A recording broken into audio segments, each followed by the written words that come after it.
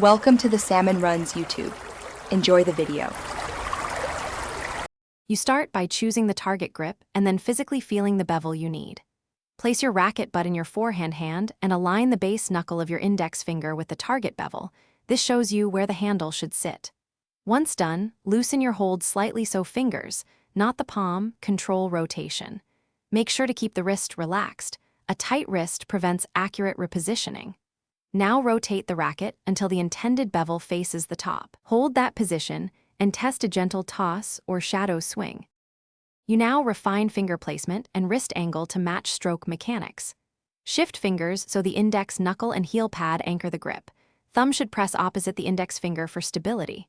For an Eastern, aim for a neutral wrist. For a semi-Western, allow a little supination so the racket face closes at contact.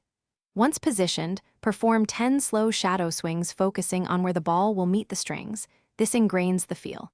Between swings, recheck the knuckle alignment and regrip if the handle slipped. You finish by integrating the new grip into live strokes and verifying results.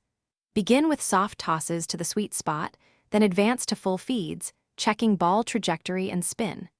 If the ball slices or flies long, adjust one bevel toward a more neutral or more Western position, depending on the error. Make sure to keep practicing slow, deliberate reps until muscle memory forms. If problems continue, film yourself from the side. Review hand position and wrist motion, then repeat slow shadow swings. Thanks for watching. Consider subscribing if we helped you.